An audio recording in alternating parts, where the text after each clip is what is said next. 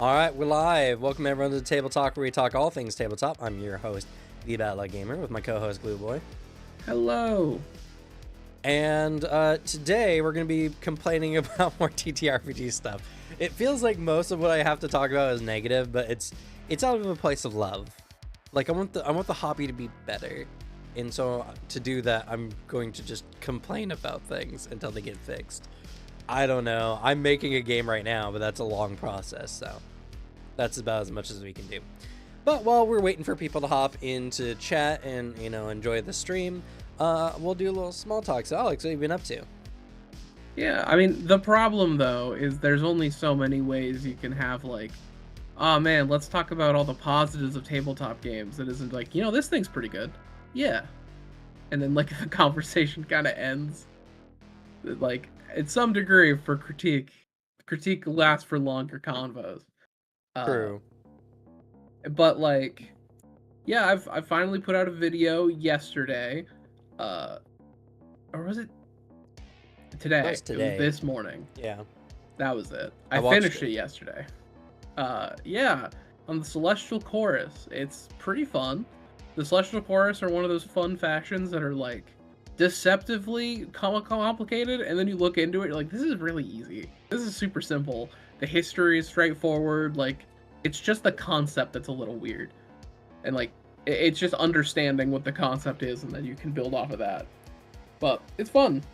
So go check that out. My channel's Glue Boy. That's honestly, that's all I've done. I made a video. I've been procrastinating other things.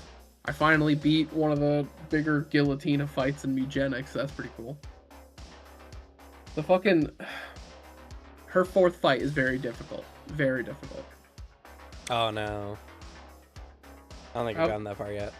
Because, yeah, man, it's so rough. Make sure you have a water spell in some way. You need someone who has a water element. I mean, I'm just at the point where sometimes I just sack a cat for her. Oh, yeah. It's like a legitimate strat. When I found out that, she doesn't just destroy your house, I'm like, okay, yeah, I'll go send out, because I have the third room now, so I've created the fight pit. And sometimes I'll just send a stray after her, because I'm like, I don't have the cats to deal with her. Yeah. So we'll see. I'll see what phase 5 is. Like, I imagine it's gonna get worse. Yeah. I'm a dad, so I don't get to play games that much, and now I've been playing recently Neo 3, which is really good. So the best Neo so far, and it just keeps getting better and better. There's not really much more to say about it. It's not like doing anything crazy new. It's just they made Neo better. Which is good. Like, it's fun when you have a series and it's just like every new entry is like the best version of the series.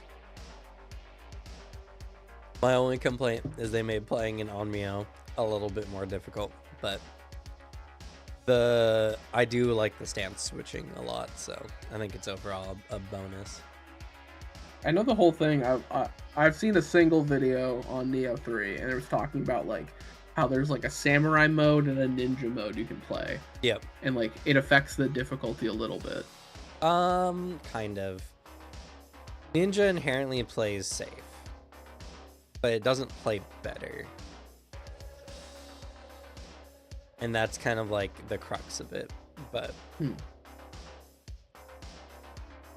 other than that, talked about working on my game earlier. I've hit a point in my production of my narrative crunch system, specifically my the 333 game, and I've made some good changes. I'm very excited about it, and it feels really good. We're gonna talk a little bit about it today because some of the changes I made are skill related. But I guess as a preface to like everything moving forward, I've changed it from a narrower or sometimes broader like skill system to a skill set system. And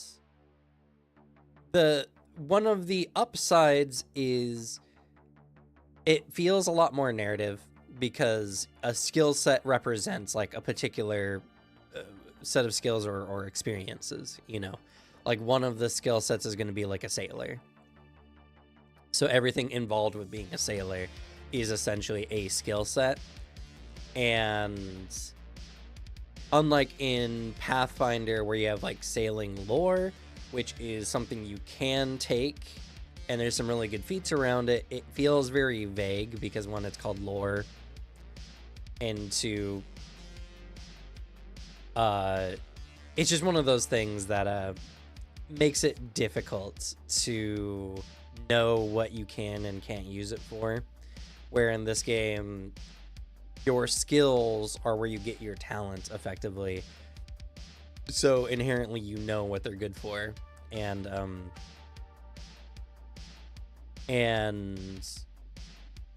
it makes a lot more sense when you're like, oh yeah, I was a sailor and that's why I know how to do this, this, and that, rather than be like, I have sailing lore. I know about sailing, I guess, you know.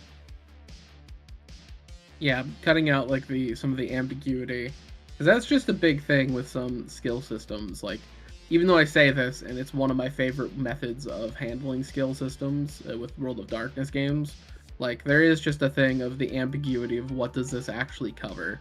Yeah. Because sometimes it'll give you a rough list instead of like a criteria set.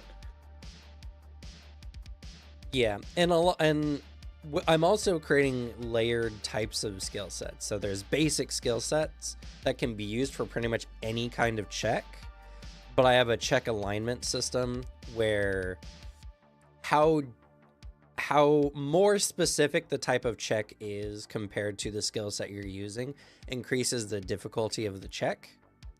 So, for instance, I have the athlete basic skill set, which is essentially athletics, right? You're good at physical things. But for most types of checks, it'll have a +1 or +2 alignment penalty. So essentially, it makes a check 1 or 2 points more difficult. So if you wanted to swim, for instance, if you use your athlete skill set, you've probably done some swimming. So it's just going to be a +1 difference. You could probably make it if you're a really good athlete. Or if you're a sailor, that's just what you do. So there's no penalty. So it's a lot of stuff like that. And because it's layered in that kind of level of like, here's a more widespread, broader skill set, but you can't just use it for everything, you know, unless you're like insanely good at it. Mm-hmm. And then there's more defined ones where players are inherently just going to have things they're better at than other characters, even though they both can make the same types of checks, just because one, you have something that is a little bit easier to make the check for, and two, you have talents related to that skill set specifically that might even give additional benefits to making certain types of skill checks. So, you know, players are going to start off with basic skill sets, but they're going to move away from those as time goes on. And it's good because it makes low level not a pain where you can't roll anything, but it makes higher level skills more valuable. And I've also done a thing where for the talents for my system, I designed it where when you rank up, you get a new talent. And every time you rank up, you gain access to essentially like 3 new talents.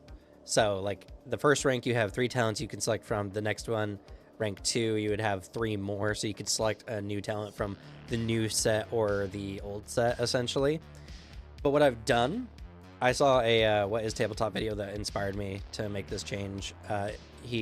Frank talked about Fabula Ultima, where when you level a class, you just pick from any of their things, you know, you choose which ones you do.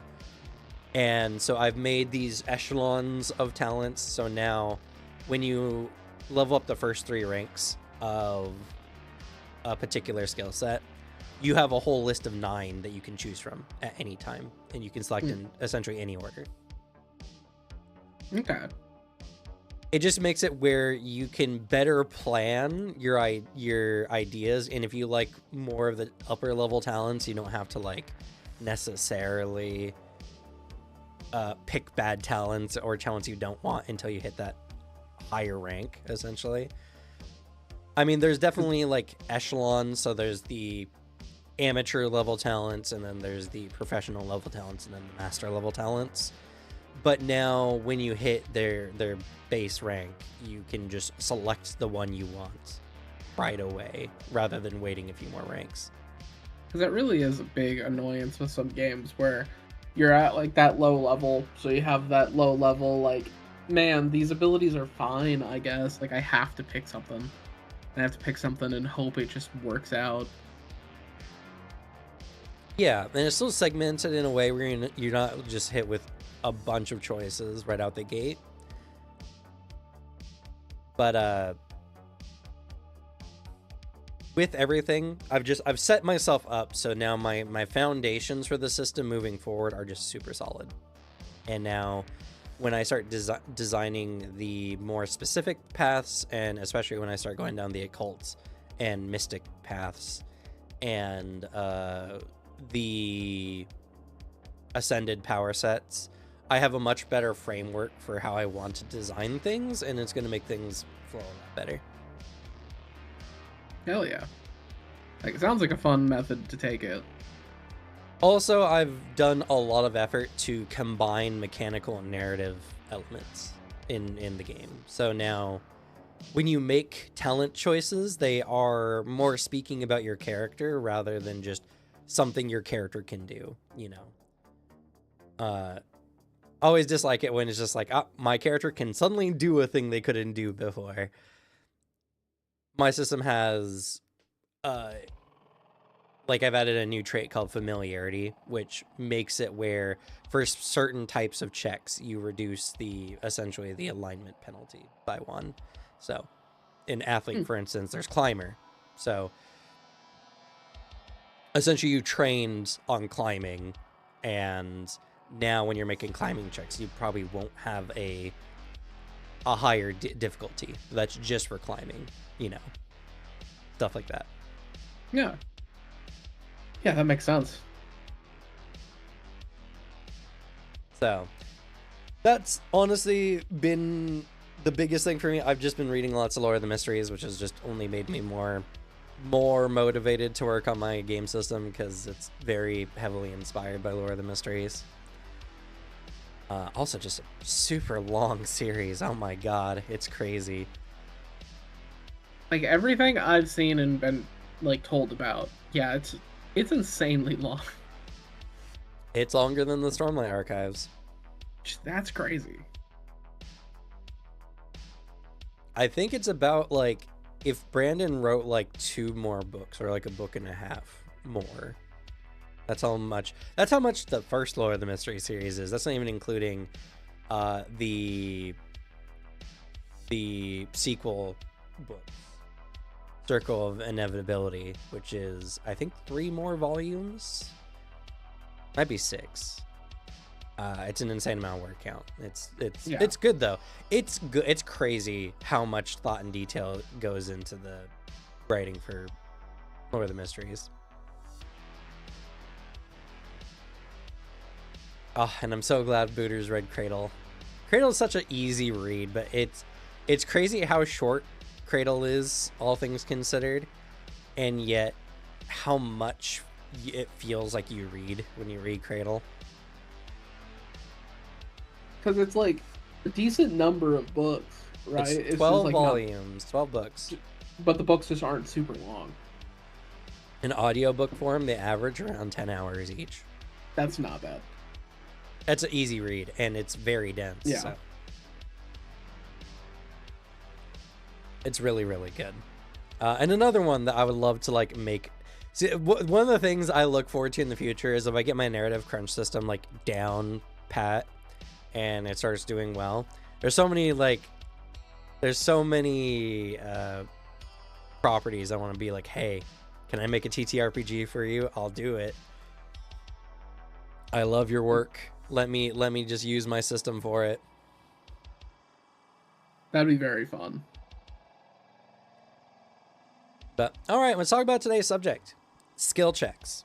So I kind of touched on it earlier, but skill checks are a fundamental thing in tabletop. In fact, it's more fundamental even than combat, because literally most things you do are skill checks. Even if you separate combat as like a whole separate element, right? What your character can or can't do is mostly just determined through skill checks. And that's how we define our characters, is what they can and can't do. So skill checks are a staple, necessary element in any TTRPG. And there's a variety of different ways that they've been done. One of the most common we see are the specific skills, which is like athletics, arcana, medicine. You know, your favorite tabletop game probably has this particular type of system. But the problem with these skills are they can be simultaneously too broad and too narrow at the same time. And in a lot of these kind of games, what your character has skills in doesn't even properly define like who your character is or what they do. And what I mean by this is, like, let's look at D&D, for instance. The worst example, because it gives you a proficiency bonus in the skills that you select. And the proficiency bonus is really not that big, all things considered. Like, I think it starts off at +3, right? I think it might be +2. Like right at level 1. That's crazy, because that's only a 10% difference. Now, yeah, obviously, like later on, it's +7 is like one of the higher ones most players will achieve.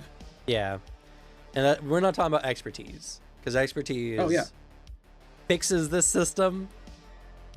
It's +2. Wow, yeah, that's crazy. Yeah, which like expertise is the fix, and it's so stingy about giving any form of it, because like, yeah, the most common modifier a player is going to have is like they're gonna have a +7. If you play for a lot longer, might be a +9, because like eventually when you get a +4 modifier and your stats like a 5, for like your main stuff. Yeah. And then expertise, a lot of players are going to have like they're going to have somewhere around like 14 to the check, which is so much better. It just fixes so much of the issues, but yeah, it's the numbers of D&D just don't feel great. Yeah, and so a +2. So for two characters who are relatively the same stat-wise, but have different levels of proficiency, a +2 difference is not that much. Yeah, it's crazy, and even then, I don't think. Even if we take it to the extreme, right? Even if we add expertise as just like the default for bonuses, starting off you get a +4 difference, which is a 20% chance, more likely to succeed a check, but 20% more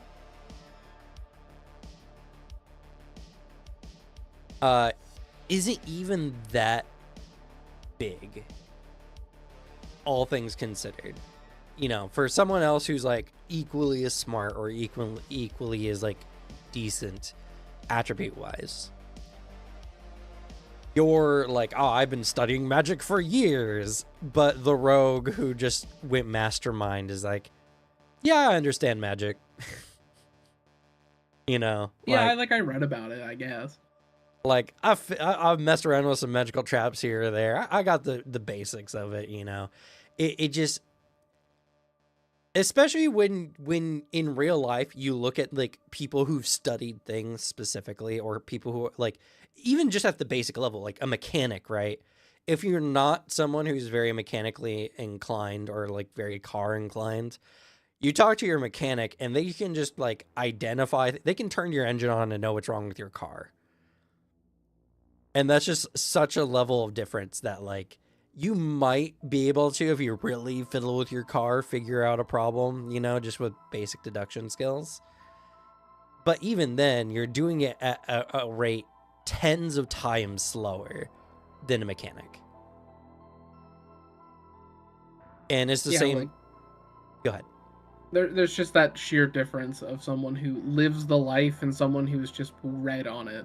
Because, like, I'm a person who I at least think I have a wide, basic understanding of a lot of subjects. Because I just like learning things. I'm in no way an expert on it. I just find something interesting, and, like, the way I describe my own aptitude is I know enough so I can tell a person who knows what they're doing what to look at. Because I feel bad in the ideas of going to a place that shit's broken. You figure it out. Like, it's like a lot of skill systems feel like it's a character who's kind of Dunning-Kruger their way into, like, a high skill proficiency. Like that rogue example, of a rogue who's like, I don't know, I've looked at magic shit a lot. I probably haven't figured out better than the wizard who spent his entire life learning this. Yeah, that's also another crazy thing. A rogue can just be better at Arcana than a wizard, with no exception unless you multi-class into rogue, specifically to get the expertise. Yeah, because, like, rogue is just gives you that free expertise. It's rogue and bard. Yeah, both give you, like, those expertise for free. Like, that's why I'm a big believer of, if for some reason you guys are playing 5th edition, giving your players free expertise is just a really good system to take. Yeah, but then everything gets messed up with advantage, because advantage on checks is such a huge stat, like, modifier that it ruins general skill checks in general. The game's just farming for advantage. Yeah, and then we'll even look at Pathfinder, right?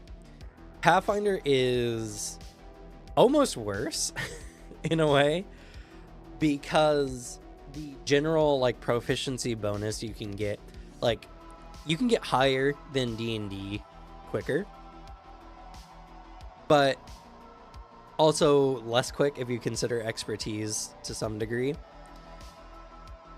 And it takes, like, level 7 is when you get master proficiency, and that's a long time to get just an additional +2 over someone else. And even then, so that +6 difference to someone who might have expert, it's a +2 difference. You also get more general skill increases in Pathfinder, potentially, depending on how smart your character is. And even just, like, some classes just have, like, a lot of base proficiency bonuses. And I don't consider my character to be genuinely good at a certain skill check until I hit master proficiency, because then the, like, Pathfinder's general, like, difficulty system is based mostly off of expert proficiency, except for save based stuff. So once you hit master, you're kind of, like, getting ahead of the curve. You're higher than the checks normally would be, which feels good when you hit that point, but you need to hit level 7 before you get to there. And even it's level 15, I think, for legendary proficiency, which is way further down the game. That's end game, where you're getting the highest bonus. The numbers in Pathfinder feel better, but at the expense of early levels suck, man. Yeah, and that's just one problem I have generally with skill checks. The other one I have is the too narrow / too broad skill checks. Because here's a different thing, right? Arcana is like the magic skill check, right? It's the thing is magical, I'm gonna roll Arcana to know about it. Or how occult works in a lot of games, where it's like, it's supernatural, I'm gonna roll occult. The bizarre thing about that idea is that someone who studies the arcane has an approximate knowledge of all things related to the arcane, which is like saying a scientist who studies like biology is just as proficient about knowing astrology or even not astrology, but Astronomy. no, quantum physicist. Like they have the same amount of knowledge in their individual fields, just by, you know, both being scientists, which is insane. For some types of checks, it works a little bit better, like medicine, because medicine's very specific. Even though the field of medicine is so massive that like most doctors don't know a quarter of all of medicine. You know, they specialize in certain things, or like a lot of doctors are general practice, right? They know standardly a lot about most common illnesses. But if something is more, you know, like they're not good at cancer more often than not. They can identify it, but they don't know much about it. So you get sent to other doctors. That's why we have pediatricians. That's why we have optometrists and, you know, all kinds of stuff. So it creates this dissonance where when a character selects a particular skill, they are not defining their character very well by just saying their character's generally good in this field. And even if you want to be more specific about what your character is good at, yeah, like that Phoenix just said here, this is a great space for skill feats. It's one, then, you know, you have to worry about character sheet bloat because you just have a bunch of things on your character sheet, which I don't have a problem, but some people do, so that's why I'm mentioning it. But two, even then, some skill feats aren't really good at making you better at those checks, or just giving you extra things when you make certain kinds of checks, which I don't have necessarily a problem with, but it just, whenever I take a skill increase in Pathfinder, I'm saying I want to be better at this type of thing rather than defining what my character is actually learning and getting good at, you know. Yeah, there's like the degrees of it, because I'll also say an issue with a lot of skill feats is that they're not all made equally. Some feel like they're way more usable than others, so it turns into less expressing how cool my character is and more well, this one is going to come up more often, or the alternative of oh, the skill feat lets me replace this type of skill check with the stat I'm good at. Which, like, I do like those feats, but it's a bit of I mean, you're sacrificing a feat selection to basically get around a thing. Like the one that always pops in my head is the deception feat in Pathfinder that lets you use deception to see if someone's lying. Yeah. Or like elements of fixing up first impressions with deception. And there's a lot of those where some of the bloat that can happen from these type of games is when you get a lot of feats and you're like, none of these are that usable. It's just a thing taking up a text box that's I'm never going to use. Or another big issue with that type of just skill checks in general, when your game has like too many and like some of them barely come up, or just all they do is dissuade a player from taking certain actions, like good old anima. Because I don't understand why athletics is in the game and then climb, swim are separate skills. That makes no sense. And the game just has, I think, too many skills for how the DP system works. Like how little you can invest in a lot of skills unless you're just investing like 60% into your skills. Yeah. And that's kind of one of the problems with a point-buy system like Anima, because in things like D&D, as long as you have decent like strength, you can be good at athletics even if you're not like necessarily proficient in them. But in Anima, Just because you have a 10 strength gives you a plus 15, that means nothing in the face of a DC 80. If you have 0 points in that, and that's if you're discluding the negative 30 for being untrained. Yeah, like you have to put points in that, or else you get a minus 30, and that's insane already. It makes way more sense with that recent change we did of the take away the minus 30. Yeah, because it makes more sense, because all it does is like punish you for not putting all your points into secondary abilities, and then they create class archetypes that really don't want you to put a lot of stuff in secondary abilities. Yeah, like it's the thing of Anima is a strange game that's not the best designed, but is something special. Like a good game has, regardless of how good your game is, it's gonna have problems, and like it just determines, are people going to, in the face of the problems, get really good at it and play it, or is it just minor things? Yeah, and that's kind of one of the aspects that, like, we started playing Anima, and I keep saying, man, I love Anima. And then we had what happened last session, where a character was, like, needing to make him... He was escaping a terrible situation. And he was wearing full armor, so he was already suffering a lot of penalties. But he also just didn't have a lot of skill points into a wide range of physical activities. And it just felt bad. He just couldn't succeed a check, like... almost at all, just because of how Anima does its skill stuff. And it felt really bad as a GM, because I'm like, I want to provide a reasonable challenge. I want to make things seem realistic to a degree, you know. I can't just make the DC 20 for things, because that wouldn't even be a check most of the time. But when you're wearing like full plate armor, you know, you have a minus 50 unless you have a bunch of wear armor.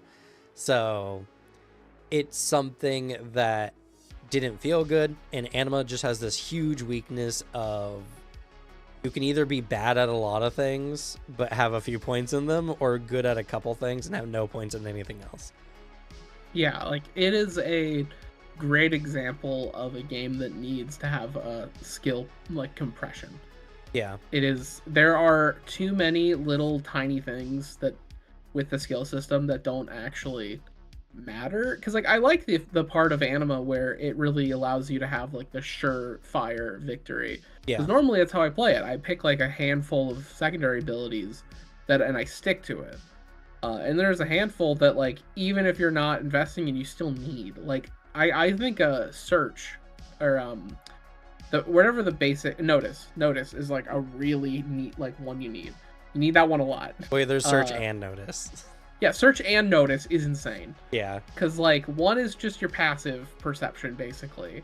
And the other, which you have to actively put points into.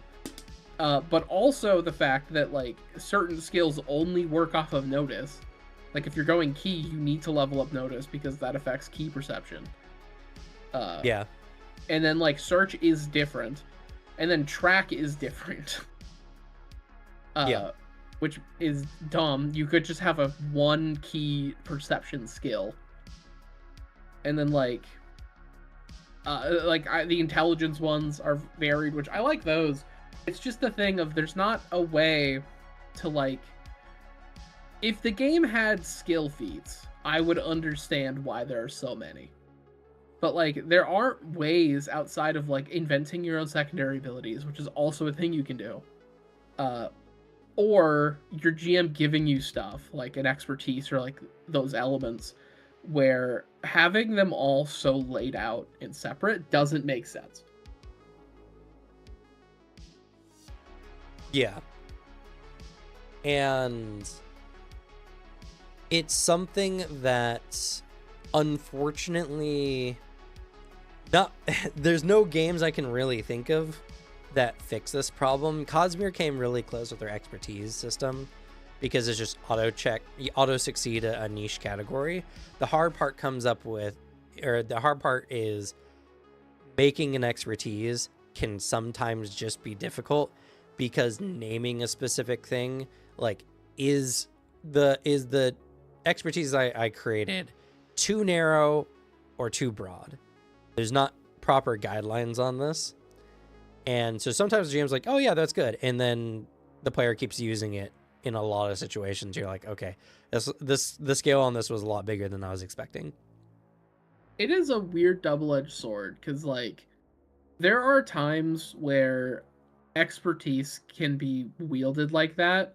I think it's for an average player, the incentive is if, which is just a read on, I guess, like our table rather than like the players as a whole, because people, there are always people metagame, always people who don't. Right.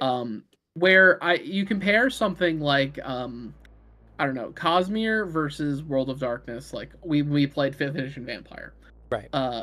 Vampire and World of Darkness games give you a lot of expertise.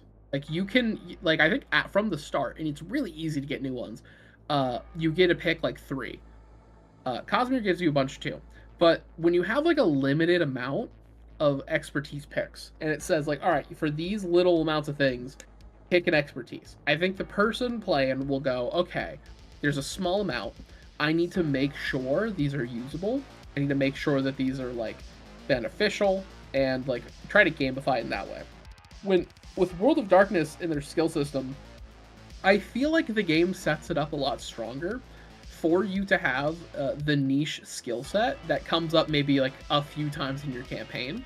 Because if it's just giving you like, hey, we have a system for expertise, like you pick a very specific thing, sure, you're gonna have your handful that are like, yeah, these are the ones I use often because I'm good at it, it'll help me in the game. But then also it puts into like, well, I can also just have some fun freebies for the character. This one is for me. Picking like, yeah, my character's good at because there's a finance skill in WoD. Yeah, my character's an accountant, or like was an accountant before they were turned. And like, how often is accounting gonna come up in a Vampire the Masquerade game? Not often, but when it does, it's gonna be pretty cool. I mean, that's just my favorite example of a skill system because I think it gets away with the compression of skills pretty well. There are obviously skills that just might not come up easily in your game, but I think it has enough of a wide scope that even if you're not super trained in something, you have a reasonable degree of success for skills, as long as your character isn't intentionally dumping a stat. Because obviously, if you're playing a character who's weak, and you try to make a physical check, like a physical athletics, like strength athletics, sure, it's not going to go good. But if you make like a general intelligence something, you're going to have a better chance of it, just how the skills are combined in that game. Yeah, to a point. Unfortunately, Vampire does suffer from statistical improbabilities where it's just like, I'm rolling 5 dice on this, and then nothing rolls above a 5. Even oh, yeah, like, that's of course. So unlikely. Like, it happens, and it happens more than you might think. Yeah, because it's also meant to have that constant push of it's the survival horror almost feeling of I have a resource of blood and like hunger and then like my willpower, and it's meant to push at that constantly. And then the checks become a thing of, okay, do I want to provoke this check? Because I could succeed it, but I could get a little bit of a hunger. I could have my compulsion come up. You know, respect on a game that makes a crit with a bad outcome. Because like you can frenzy crit and then it's like, uh-oh, your beast is roused. Yeah. Which, I don't know, Buddha had that happen a lot, and he felt really bad about it when it came up, because he was just talking to people. Oh, yeah, no, it's an element of that game, but I think the answer to it is sadly a GM answer of just knowing when to provoke skill checks and have them be, which is just like, that's an answer for every game. It's not a game design, like, concept. That's just, hey, GM, if you know how the game is played, you can mitigate some problems. Yeah. I just like how that system works, because I will always simp for dice pool systems. I think dice pool is just such a fun dice system to play with. And then I enjoy a skill system that allows you to have a fun range of combinations. Because I love the idea of a character who is good with a skill being able to express it in a really interesting, wide way.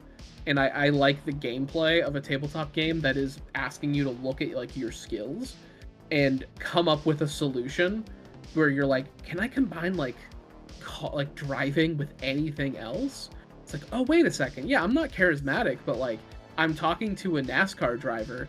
Could I use driving intelligence? And it's like, yes, you can. Like that is a fun method of tabletop problem solving, like as gameplay. Yeah, and I actually do like that element a lot because it's something that makes sense, right? If you do a lot of driving, you're gonna know a thing about cars. It's just inherent.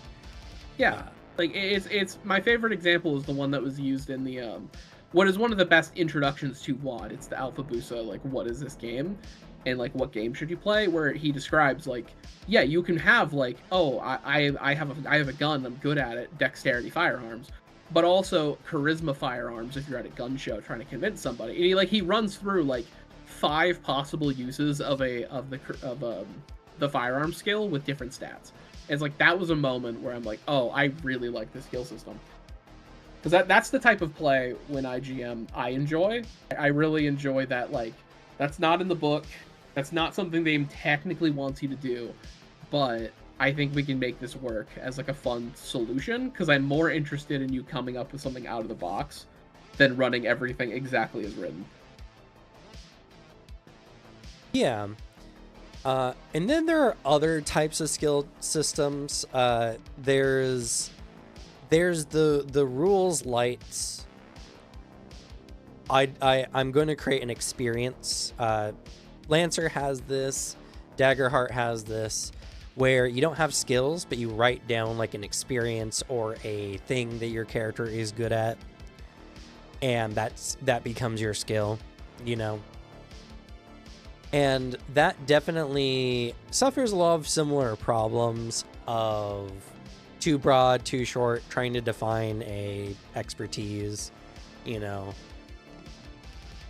And I know, for instance, like Fate Core has something similar to this, where you make a skill where you're like mechanic. You know, it's like, okay, so whenever a mechanic comes up, you get a bonus for this. It's kind of like a skill set in a way, but what it lacks is the system isn't providing you specific benefits for things your character is necessarily good at, or if it does, they usually add it like in a splat book for specific types of things, which is not necessarily bad, but the system's like whole idea is that you're making it up as you go.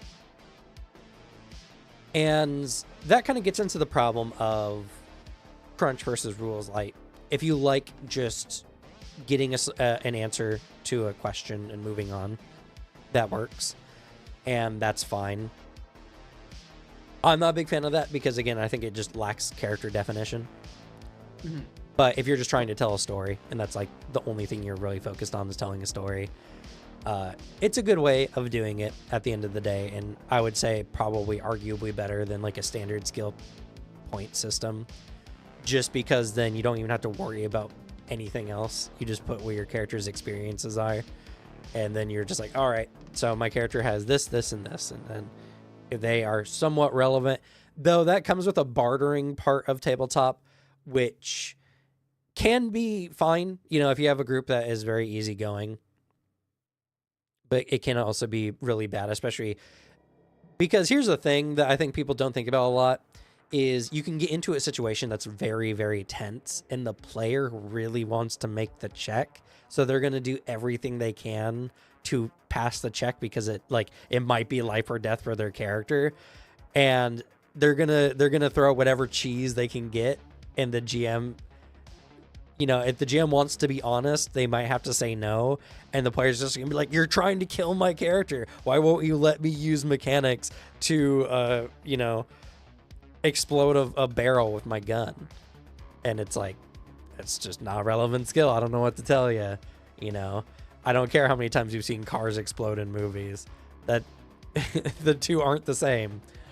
Like, unless you were in that example, because that happens often. It's just the like, can I use this thing like fully? Can I use mending on a person? Is the same type of question, right? Because it's just, you're asking if you can get something like spare the dying, or like those minor cantrips in a like with a different cantrip. Yeah, like, as a wizard, you want spare the dying. That's what you're asking. It's like if you're doing something and you're like, I don't know, if you're shooting a car, but you're like, hey GM, I as a mechanic, and I've seen movies and I'm a mechanic. I know about those Hollywood myths about like cars and you shoot them. I actually know how to disable a car. Could I combine this in some way? And then I could see a GM be like, all right, that's applicable. But yeah, there's those moments of just, I would like to shoot my gun. I would like to use strength mechanics, please, because I know the mechanism of a firearm. It's like that's not how this works. Right. And that's a problem with barter type systems, like narratively bartering, is how it can turn out is not necessarily consistent, because maybe the player's having a bad day, maybe a lot of the game hasn't been going their way, and so the GM saying no is something that is upsetting for them. I don't think it's fair to demand that a GM always yes ands a player no matter what, because I'm a very firm believer that constraints are what make a system stronger versus weaker. And if you're playing a game in any sense of the word, you have to be able to accept a failure state to some degree. So that's kind of the general problem with those. And then we have like a third category, which is the Genesis / the Star Wars funny dice situation, where you have varying results on levels of successes and I forget what the other one is called. It's like there's successes and there's like success, failure, advantage, disadvantage, and triumph, despair. Yeah, something like that. And so your dice result isn't a yes or no. It is a yes and there's stuff, or yes but some stuff happens. And it's the yes and a no but dice system. And I think it can be really fun if everyone is feeling like up to it. But to me, it just comes across as very like computing heavy. You have to judge to the best of your ability what happens when you get certain types of results. And I do know, I did look into Genesis, so I know there's someone in our audience who really loves Genesis. There are a lot of tables that can indicate like what different types of successes create what kind of results for certain kinds of things. And I think that can be really fun. I think that works really, really well in a lot of situations. I will say, of the games I've played, it's one of the reasons I'm less into Legend of the Five Rings, because Legend of the Five Rings has a similar dice system with just some of the fun taken out, and then it doesn't have the amount of actual like information that Star Wars one gives you. Because I can't speak on Genesis, I can speak on Star Wars, because the Star Wars book is the one I know that has like the giant pages of tables about like, all right, you have this level of success. And you can use it multiple ways. Either here is a list of like applicable things, and to the point where like there's a cheat sheet out there somewhere that I have yet to find that has like a list of examples just on it of like what each check means and like what levels of advantages and triumphs like allow you to do. But like, because I'll say in practice, it is the best execution of that system. The hardest moment of computing is going to be your first moment, your first playing it, and then once you like have that click. Because I remember my moment it clicked was when I was playing it and we were having a hallway chase with stormtroopers, and I missed, but I missed with advantage, and I was like, oh wait a second. And like I had that moment of like that, oh shit, this is a tabletop game, I can do this. And I asked the GM like, okay, my shot missed, but with that advantage, can I hit like a pipe and have steam come out? And then he was like, oh yeah, 100% you can. And I was like, okay, like fuck. And then after that moment, it clicks. You're just like, okay, I understand. Like it's not me insta killing something. It is we got like a slight advantage on like getting out of there faster, like an advantage on a chase scene. Because it's just like, I picture that in a Star Wars movie. I'm pretty sure that happened shot for shot in episode 4. Like, it's one of those bits where it in practice, it's a lot better. But when it's done poorly, it's really evident. Like, Yeah. Because then it leaves you floundering. Like, they're not Anima, Fabula Ultima to an extent. Because it gives you that wide, like, hey, you can use your Fabula point. And it's like, how do I fully implement this? Or when you just need... That's how you build a narrative crunch. You need, like, a list of applicable things. Because you need that list of, like, okay, so this is the power scaling of this. Because that'll help make that click moment for a player who's very by the numbers, by the book. Yeah, and it's one of those things, right, that it can sometimes, like I said, it is very interesting, and if you have a group who's in the right mindset, it's like one of the best ways you can do results for a thing, because it's a lot more, in a way, it defines the level of success better than other games does, and it can be more cinematic naturally, because you're thinking of like, okay, how is this good or not? Oh yeah, it's funny that you mentioned the Fabula Ultima thing with the Fabula points, because there's some rules of narrative that I feel like players forget when it comes to playing the game, because they're playing a game at the end of the day and they're looking for like some kind of binary yes no or some kind of like succeed fail state.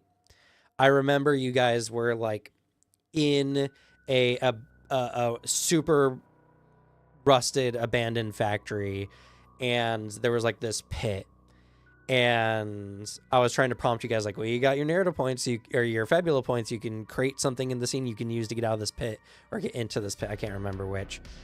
And then the player's like, all right, can I use a Fabula point to have like a ladder be nearby? And it's like, I mean, okay, sure, that's a very boring way to do it when you could be like, there's a rusty pipe that you could use as like a makeshift ladder that you just need to like hit with some kind of attack to knock into the pit, you know? Something like that. That's more interesting, more narrative, less I use a point to succeed on the check, you know? But people don't think about that in the moment. They think about, how do I solve this puzzle? Because like that's the issue with that type of system is, for a lot of games, it is that system of these are a problem that we need to solve. I utilize the things I have and the skills I have to solve a problem. And so that's why I exalt the Star Wars one so much. Because the Star Wars one doesn't, in my opinion, does not hit that same issue. Because the Cosmere game has a similar thing. It at least has a tiny table of stock answers for what you can spend your points on. Which is great. That's good. I think if you're going to have a system like that, having a bunch of stock answers is really important. Some encounters just straight up, I'm fighting a guy in the middle of an open field. Like, what I asked to do will essentially be, I want to do double damage, or I want to impose disadvantage, or something like that. But like, in those moments, you have the players who are not in the form of, I'm going to flesh out a scene, I'm going to add these extra things. It is, I'm going to use a resource to solve a problem. And that's why having the I guess modularity of the Star Wars game, where it has the levels of it, where you can have the levels to like the complete, oh, you got to triumph on this too. And then you look at the table and it's like, okay, I got 2 advantages. How powerful is that? Oh, here's a bunch of little options. Because it turns it into a, I am utilizing an improv system to solve, like, as my resource, to then solve the problem, but it also builds on the scene. Because that's the issue. There's just a disconnect if you're going from, like, a bunch of games that are really rigid about, no, what's in the scene is in the scene, what's on your sheet is on your sheet. Like, you are solving within the constraints of the game's design and your character design. And then to where, like, yeah, you have a resource where you can do anything. It's like, shit, okay, I guess I have I solve the problem and I avoid the skill check button right here. That's just what it's going to be used as. Yeah, but necessarily, I wouldn't say that's the intent of the system, and they say so in the book. I don't think it's the Um, intent at all. It's just that is an issue of the design where it's just that's how people are going to engage with it. Where if Fabula, for whatever reason, I don't think it needs this. It'd be dumb and complicated if there were tiers of Fabula points where like you had the limited, oh, you get to fully alter something in the scene, then like a half point that's like, oh yeah, you get to modify something slightly. Like, oh man, this ladder it's too tiny. Well, maybe instead of a step ladder, it's a 12-foot ladder. And then you have the lower version of that allows you to do like minor stat bumps or something. yeah, I mean, I wish in the book they would say something more along the lines of, you add an element to the scene that you can interact with using a skill check, something like that, because that would at least make players think about what their skills are and what they're good at, and then contextually add something to the scene based on that. Yeah, that would make sense. I think that's just a better way of putting it. That one, it also is not just an I win button, but a here's something I can make another skill check to get through this thing. You know, It maybe opens something that's something better to for a me. character that might not have a skill to interact with the scene. Like Yeah. if you're in a position where everyone needs to have some level of crafting, because that's what everyone's doing, you can spend a Fabula point to help spend like, I don't know, you like, oh, maybe I utilize this I Fabula point and I can utilize my combat skill to help get resources to help them with crafting. Yeah, or like the example I mentioned earlier, where maybe you're playing Shooty McGunman and you're really bad at climbing because you don't have a lot of strength, but you see a pipe you can knock down into the pit to make it a lot easier, and that's something you can use your gun for. You know, it's something that you can contextualize around your stuff. That's the way I would do it. But speaking on the Star Wars game specifically, or Genesis, which is the system they made after Star Wars, the only complaint I have, I think it's good, but I think there can be a lot of situations where I roll a skill to do something and I get a result that makes the thing I'm doing just more complicated in the moment, like picking a lock on a door, where if you get triumphs on that, it's like, okay, let me think for a second. I guess I opened the door quicker or quieter or whatever, you know, which can be good, but sometimes unnecessary. Well, with a triumph, the level of a triumph, it could be more like, well, because of this lock, what if this lock is a very standard issue lock that's on like a bunch of different doors? So now I can avoid some of those checks in the future. Or like if it's a key, like an electronic thing, maybe I can copy the key card somehow. Like that's the element where it builds up. Because if it was just one advantage, then it would be oh, you did this faster. And like there's less, maybe like, oh, I did this quieter, so there's not a chance of someone hearing me. And then like a triumph is where it gets to like oh, I have a like bigger bonus. Then it also turns into the despair or the disadvantage part where it's like, okay, you open the door, but a guard is rounding the corner. Like, now what do you do? Yeah, I mean, the premise of what I was saying was there's no need for anything more because it's not relevant in the scene. You know, like extra triumphs will just not be helpful because what you're doing is just so one-off, so specific. You could come up with something, sure, but do you need to? Does that necessarily add something? That having the choice to add it is good, I agree, but the premise that that's kind of like the default is what can bog down some scenes. Because I've read Genesis, I've looked into it extensively at this point now. In Genesis, again, same system, where there's just a lot of scenarios, and like one of the things you keep saying is that there's this chart that you can look at. Well, I feel like it's kind of a problem if there's a chart that you almost need to, because there's so many possible results that you need to continuously reference every time you make a check for a thing. At least until you get the proficiency down. But yeah, it's like it is better if you're going to have all those systems, like to have something statted out, because it feels like it was that initial system of, all right, we have all this, and it was one of like the GM books that they put it in, and that's where it's like, okay, here's something to just help you GM come up with this.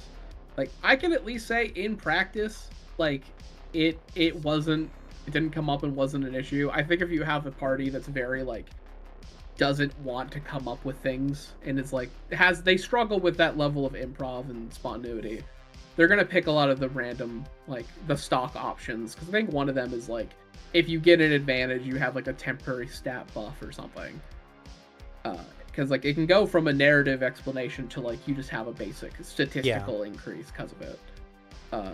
Because sometimes in those moments where you have like you're in a thing where there's literally no way you can get a narrative bonus out of it, that's where you're like, okay, maybe I just give myself a minor stat bump. Maybe I'm just so happy with the result of this lock and I picked it so easy, I'm feeling myself for like the next time I do it. Yeah, and for me that doesn't add to the scene necessarily. Like sure, mechanically you're getting something out of it, right? But like if it just comes, it's like the plot die, because the plot die does a lot of the same things, and there are some default like plot die options in Cosmere, like giving the next person to roll on a thing related to the target like a benefit, or hindering the target in some way, and they're just like, these are the default options, and so it makes it where you're rolling and using the plot die just because you can, and then something comes up and you're like, okay. I'm not saying it's bad. What I'm saying is that when it is your default setting to kind of like need to improv every single check, it can kind of get in the way of the flow of some scenes. Because some scenes, it's just better that you get through the check and keep moving forward and don't put a lot of thought into it, than spending 2-3 seconds every time you roll the dice to compute an outcome. And you can save that for other parts of the scene. And I'm sure, right, that people who are really proficient at running those systems know when to add the extra stuff and when not to, and it runs really, really well. But that's not necessarily how the system is intended to be run. Unless it states, I actually don't remember if it states specifically about just like getting around it or not, but I do like it better to some degree, even though even in Star Wars and Genesis and whatever, you still run into the narrow, broad skill applications of certain types of things. Like using a gun just can allow you to use a lot of different types of guns. In Genesis, I don't remember in Star Wars they have more specific skill checks, but in Genesis you make your own skills. No, actually no, I think in Genesis I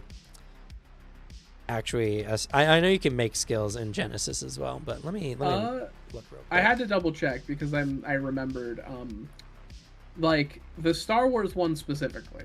Like I can't attest on Genesis. I am in that struggle of the Star Wars system being one of my favorite tabletop systems of all time, despite really not liking Star Wars as a setting. So if someone would make a really good copy of this exact system with all of the extra supplement material, just with a better setting, I'd be into it. But like, yeah, there's because it runs with 5 different combat skills: brawl, gunnery, melee, ranged light, and ranged heavy. Where some of those are funny because it's like, what's the difference between gunnery and ranged light, ranged heavy? Gunnery is any form of vehicle gun installment. Like it is used mainly for ship combat, and then brawl and melee are using your fists or using a melee weapon. And then I forgot I did this. I like how it separates knowledge skills, because I think the knowledge skills are upgraded. Like you get points just for knowledge stuff. Like, so even if you're playing a stupid character, you still have lore on something. You might not just be getting as many points, but like you still understand a core world or an outer rim stuff because you're from there. Because like, of the skills, the only one I don't remember is cool. I think cool is I think it's essentially a style Yeah, it's type. like a style check, yeah. Style, willpower, like that type of check. Because I know it has more uses than style. Because like I love how anima has a style check, but that isn't. It is a skill that you're not gonna get actual tangible use out of. It's just NGM. I look badass while doing this, and then the GM's like, yes, you did. You rolled high. But yeah, like it separates things out interestingly enough, and I like at least the system where it has, because I don't like it when this happens, of when heavy weapons and light weapons use different stats, like use a different like strength and agility. I prefer the idea that like, no, my character has a big gun, sure, but I still know how to shoot a pistol. Like that is still an applicable skill. It's just not the thing I utilize all the time, so it's less muscle memory.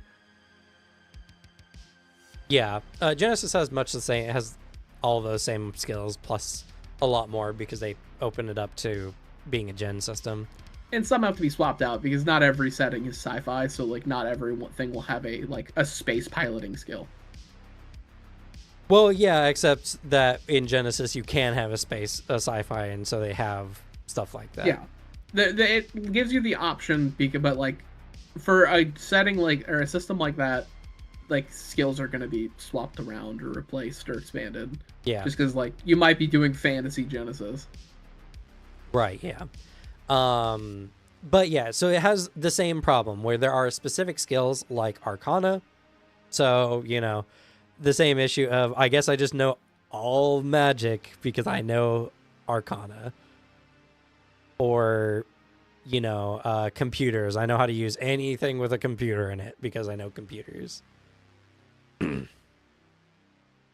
And to combat, like, I think there is some reasonable aspects of, like, doing, like, more broad skill bases, like range, anything you can shoot range, even though it's a little silly.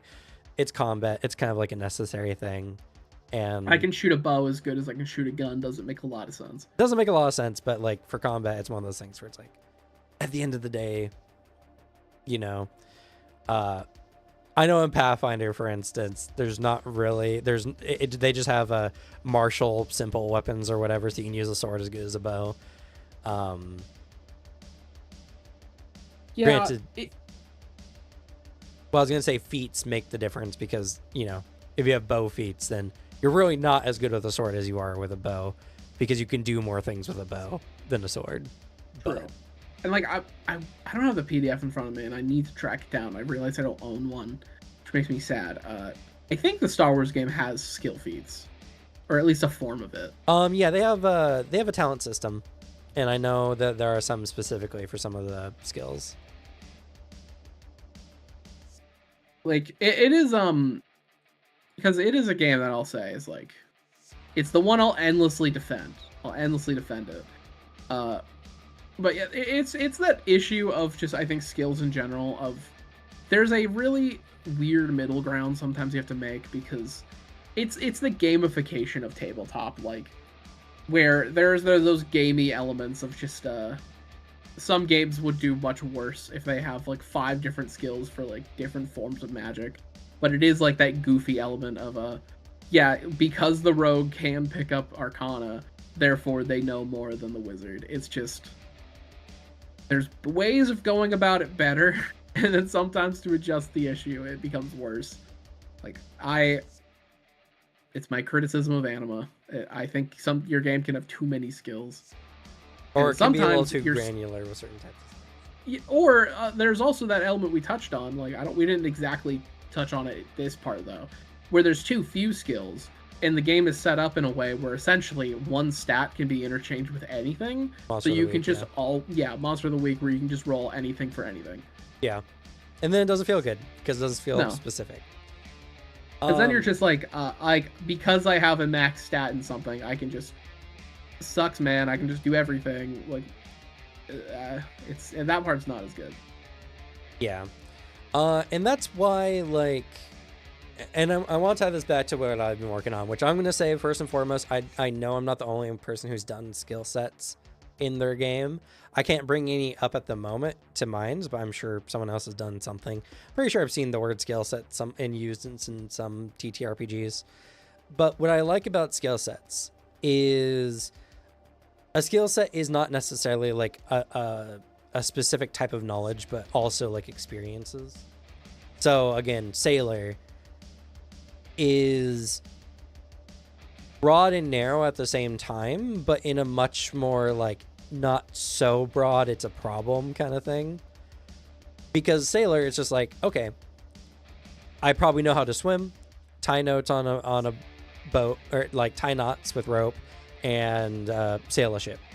You know, maybe I know about some things at sea, different types of fish, all this kind of stuff like that. And it speaks to what your character's experience is. Even if you haven't been a sailor, maybe you have sailor experience because you've known someone who worked on a boat, like your grandpa was a sailor, taught you all his tricks and stuff like that. Funny enough, that's how I know how to do any sailing, is because I've been on a boat a lot, but my grandfather also just owned a boat and taught me a lot of things on like tying knots and stuff on a boat, you know.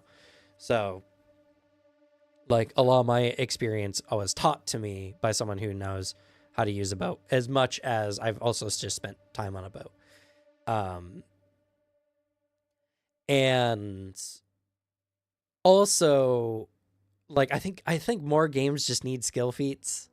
I feel like feats shouldn't be just, or talents shouldn't be just combat orientated, because again, like, defining what your character, who your character is, what they can do, is just as much about like their capabilities outside of combat as it is inside combat. And so having special tricks they know on specific subjects, and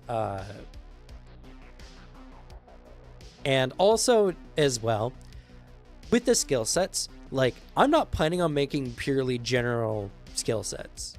I'm also planning on making skill sets that are setting specific, you know, like in Anima, for instance, if you're in the Heavenly Order, right, there might be a Heavenly Order skill set where you know the laws of the land. Is like being a cop, you know. But there might be other organizations that have their own types of like police forces, so you could have skill sets for those places. And the fun thing with a skill set type system is it can simultaneously inform you about your character and what they know and what they can do, whilst also giving you the ability to kind of justify your character being able to do something maybe not inside their skill set normally. That's why I have that skill alignment thing. Because, like, for instance, athlete's just really good because it's pretty much any physical activity you can do pretty much falls under athlete. But it's very different if you're comparing someone who's like a track star, for instance, who's really good at track and field, to someone who is like actually like a mountain climber, you know. Because yeah, while athlete does have the ability to make your climbing at least like not have any penalties for making climbing checks, the mountain climber will have a lot of abilities about climbing that are just going to make it better at climbing overall. Even if the DC of the checks are relatively the same, the mountain climber is just going to get way more out of it in doing those kind of events, you know. And I mean, definitely mentioned it earlier, skill feats is really like the place to make this a thing, but for a lot of games it's just not feasible to make a bunch of skill feats because you have a lot of skills, and so any number of skill feats you put into anything are multiplicative. You know, you want to add 2 new skill feats to all the skills, well, multiply 2 new feats you have to develop times the number of skills you have in your game, and maybe even adding a new skill to your game just adds a bunch of new extra feats and something like that. And so in a way, my skill sets replace classes because there's no classes in my game. Instead, you have your skill sets. Some are combat orientated, some are social orientated, and thus it's kind of more like a Fabula Ultima style of like class mixing, where you get to select your classes, pick the feats out of them that you want for different echelons, and make a unique character with that combination of things. And it also can like heavily define how your character is. When in my athlete skill set, for instance, I have a full feat line for sports, where like you could be a super sports fan, you just know a lot about sports, to being a someone who's actually in sports, to eventually just being like a major league athlete in a particular field that makes you famous and wealthy. You know, that's something you can do, and that's just something specific to athlete, because there's not going to be like a sports skill set for specific sports, because I feel like that's maybe a little too narrow to a degree. But it's something where like a general field can become very narrow in a very specific way that's unique to it. So it's something that I hope more games do, of creating skills or skill sets or whatever that speak more about to your character and your experiences, rather than just being something you select. Because at the end of the day, right, if you're playing a wizard, you're playing a wizard not for the arcana skill, but for the things a wizard can do, like casting magic and everything like that. So the game's not going to focus on the skills as much as the classes, which makes a lot of sense. But at the same time, a wizard is a wizard and a sorcerer is a sorcerer, right? Where you're more defined by like your class choices versus how you try to differentiate your wizard from other wizards. And I just have the thought at that comparison of like how it would both like kind of solve the problem, but also be way more annoying in practice, of if you had a game that had like, you have Arcana, and sure, you can do that, but the Arcana separated into Arcana Wizard, Arcana Sorcerer, and it becomes that like, okay, so what's the difference between these two in practice? What do I use it for? Having that too much level of like granularity, I don't think it's a word. No, yeah, it is. Granularity is a word. Hell yeah. If you have that much, it becomes obnoxious. But like the alternative, that's honestly, that's why I think it's a better decision of you have Arcana, Occult.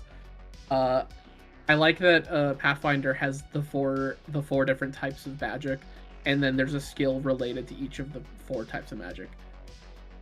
Roughly, because there's yeah. The thing I don't like about it, but you're right, it kind of would add a little too much granularity to some degree, is the idea that, again, all nature magic is all the same thing. You know, it what it does is it makes what could be a really interesting field bland or all the same flavor, right? Like I'll use the Cosmere as a really good example. In the Cosmere, there are different magic systems. And even within a certain magic system, there are different aspects of it. Like on Roshar, there's the Surges, but there's also like Fabrial Sciences and something like that. And in a more broad type system like D&D Pathfinder, you would just have, you know, investiture science include everything involving investiture, versus, you know, the granularity that is knowledge of Fabrials, knowledge of Allomancy, Feruchemy, all that other kind of stuff, right? It's all investiture at the end of the day, but they're different aspects that work in different ways and that don't even have similar systems in a lot of ways, that makes them interesting and unique, where like Arcana doesn't feel like it is interesting. It's just, is it magic? I guess I know about it. You know, it's very hard if you're a person who really like loves magic to get invested in Arcana in any of these kind of games, because it doesn't mean anything other than it's magic. and specifically arcane magic. Yeah, there's the line you can make, because the Cosmere method, having like a really set in stone system for everything, lends itself a lot easier to have like those lines than when you have a game like Pathfinder, like where the Arcana skill for some of those games just has to be broad, because it has to adjust for the what a player might interpret of magic. Where meanwhile, yeah, it would be way more interesting, and I like it when it happens in a well-designed skill system, because I'd rather it be in something like Pathfinder than something like Anima.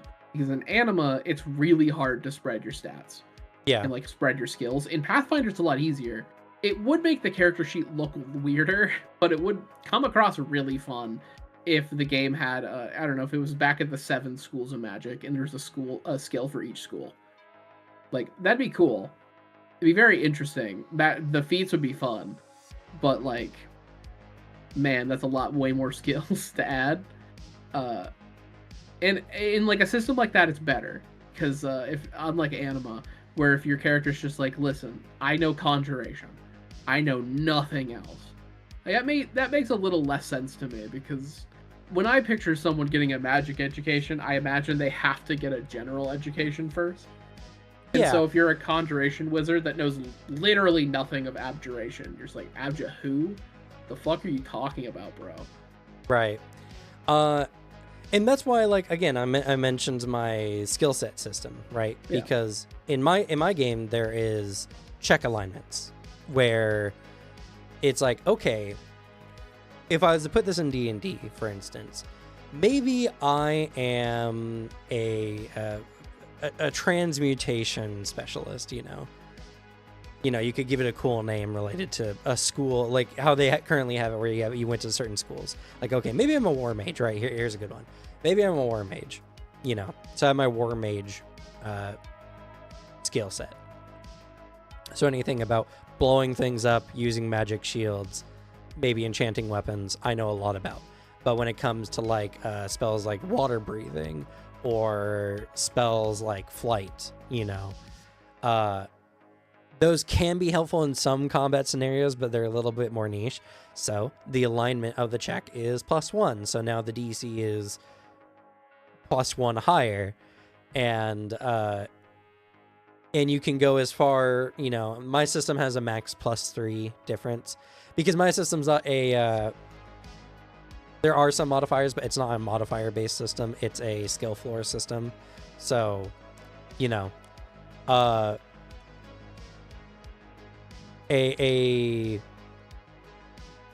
you have 3 skill ranks in a check, normally that's good enough to make a moderate DC. But if you have a +1 difficulty, it's still, if you're rolling like a D6, it's still going to be a 50-50 shot, whether you have 3 points or 2 points or 1 point. So that +1 is actually very meaningful, and a +3 is very, very difficult. But if you're if you're a very proficient war mage, for instance, you have 7 ranks in it, then if it's like a standard question on magic, you pretty much know most standard things about magic in general, because you are such a proficient war mage that you know the general applications of most types of magic in some absurd scenario in a combat you may have studied beforehand, though if you were asked a question that requires a lot more proficiency in, like, say, healing magics or something like that, you might be a lot less proficient, and so you might not be able to answer the question to the same degree, because it's like, if you have 7 ranks, you're considered like a professional, like you are someone who does that thing very, very well. Well, if a pro war mage was asked a question that is, relevant to a pro school of transmutation type mage, then you would have a 2, maybe even a 3-point difference in skill. So you might not even be able to answer the question, because it's so specific to that field at such a high level that it's not relevant. It's something you just don't know, because it's just too specific even for you, So that's why I like skill sets, and because skill sets are informative of your character's overall experience. If your skill set involves magic in any way, you could say, okay, then it's a +1/+2 alignment difference for the check, and be able to answer it, and you have a frame of reference for what your answer is. So the War Mage answering a question about transmutation for like a moderate difficulty might be like, oh yeah, I'm familiar with Entangle, because it's one of those spells that we were trained to be wary of against, the druids of the Circle of Dreams. It gives you a frame of reference for where your knowledge is, which I find way more interesting than I've studied magic, and so I know magic things because I read it in a book somewhere.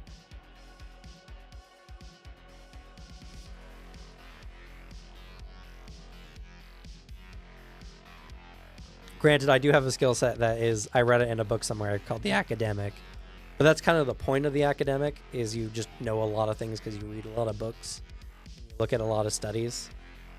I think the academic skill set would be very fun if it makes that line of when your character is like, listen, I know of it, that doesn't mean I'm good at it.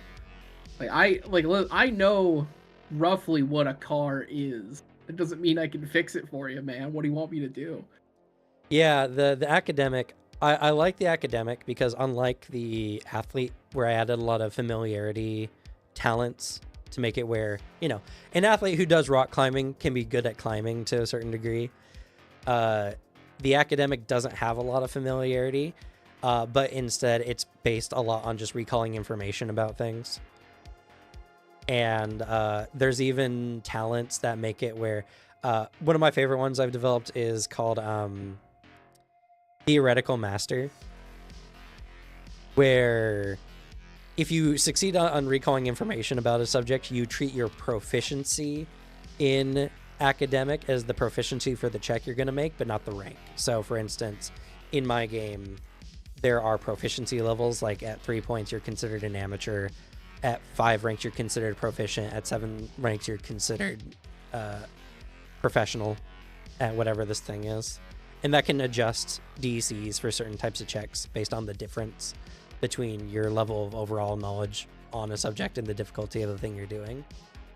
With Theoretical Master, if you're really good in academics, you could be like, well, theoretically, I'm a professional at this because I know how it works. But your skill floor doesn't raise. It's based on the check that you're making. So you can be like, all right, I made a check based on cars. I know how cars work, generally speaking. I just don't have a lot of hands-on experience. So I could attempt to make a check that like a pro mechanic could do without any like major penalties, or like I'm even capable of doing it. But I'm really just going off of theoretical knowledge here and not a lot of practice. Yeah, it's the difference between the games that have you add a certain number to any skill you're untrained. Like Pathfinder has that. Yeah. The improviser feat, where it's like, that doesn't mean suddenly, oh, you're really good at this. Like, no, it makes it so you're allowed to attempt it, is a better way of kind of showing it. Yeah, where it's just like, if you succeed, you succeeded because your character's just really, really smart, but your consistency at doing that is probably not going to be that high because it's not something you've practiced, And you have to succeed a recall check on the thing in the first place. And typically, you can make you if you have a really high academics, you'll probably be using your academics for a lot of recall information. But if you're a mechanic, you'd probably use your mechanic skill to recall information. But you don't need to use your academic to get the benefit of that talent. It's just recalling information.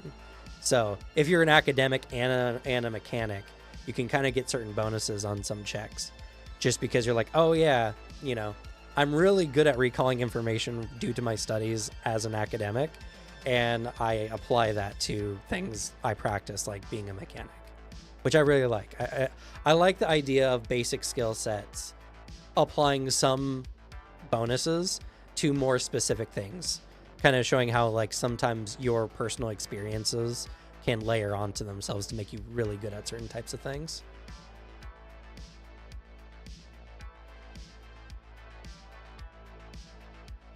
But yeah, so skill checks are, I think, really messy currently because they're sometimes just a way of like moving the story forward, right? Like, it's kind of weird. We have this idea in tabletop of the thing the players are doing should be difficult. And so in order to represent that, narratively speaking, I need to make it a skill check. Mhm. And it's just like,